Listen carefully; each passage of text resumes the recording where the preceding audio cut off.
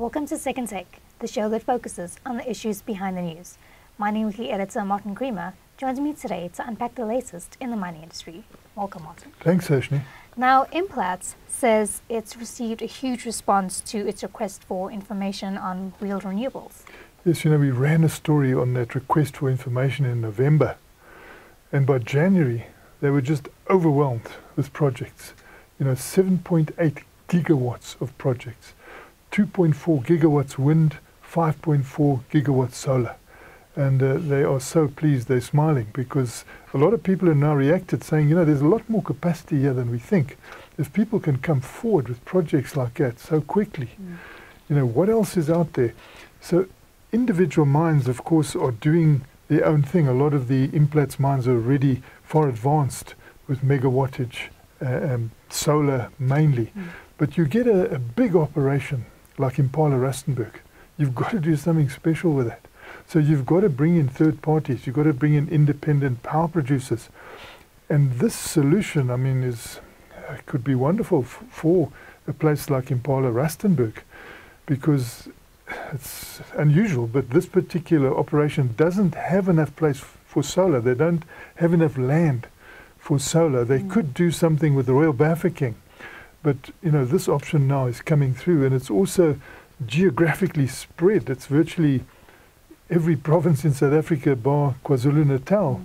So you've got all those good things when you actually go out to a request for information, which is now going to become, a request for proposals, and let's see what we can do. And I think by March they should have some decision on this big wheeling of energy. They're going to wheel it.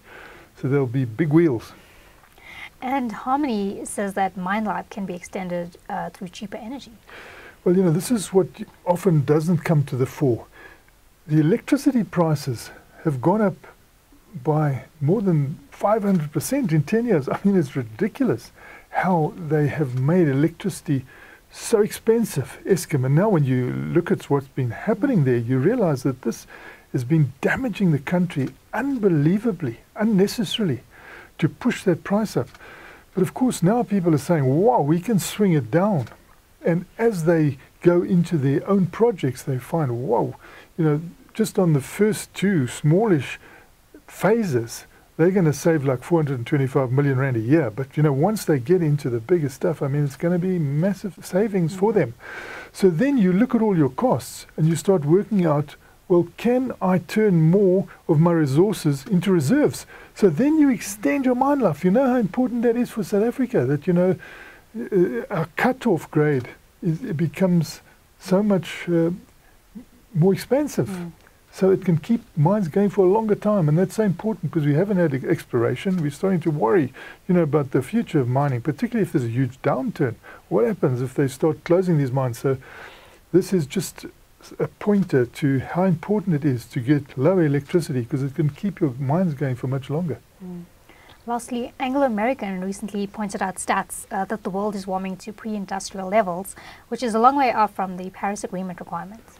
Yes, this heating is not really being taken seriously. You can see a lot of parts of the world, do they really realize that this is real? You can hear people coming out from corporate offices every day saying, this climate change is real. Do you understand? This is real.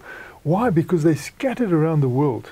And they can see the huge disruption like Anglo-American. They can see, droughts in Chile, and they can see floods in Limpopo. And, they're watching this change. They're knowing they've got to protect their open pits against flooding. They've got to protect their underground mines against flooding because, the way the rain pattern has changed. And then they're worried about droughts coming. So it was very good of Anglo-American CEO Duncan Van Blyt to sound this warning that, we're getting very credible people doing the research, and they're coming up with the fact that we're falling behind here. We are not going to stop this global warming the way we should in terms of the Paris Agreement, because we are not making a big effort. Now, you've just seen the study come out, 2001, we had that terrible fire on the Table Mountain in Cape Town. They've now said, hey, this was really partly impacted by climate change. So people are starting to study it. They're coming up in local areas. So I think it's very good that you get this warning that we've got to take climate change seriously. We've got to bring this temperature down, and that's why I'm so pleased with the mining sector in the main. You know, they rush for renewable energy, they rush for clean energy. They're serious about this because they're the ones that I think can see it the clearest. Thanks for speaking with us, Martin. It's a great pleasure, Sashni. That's it for today. Join us again next week for more news analysis on the local and global mining industries. To subscribe to Creamer Media's Engineering News and Mining Weekly, please email subscriptions at creamermedia.co.za.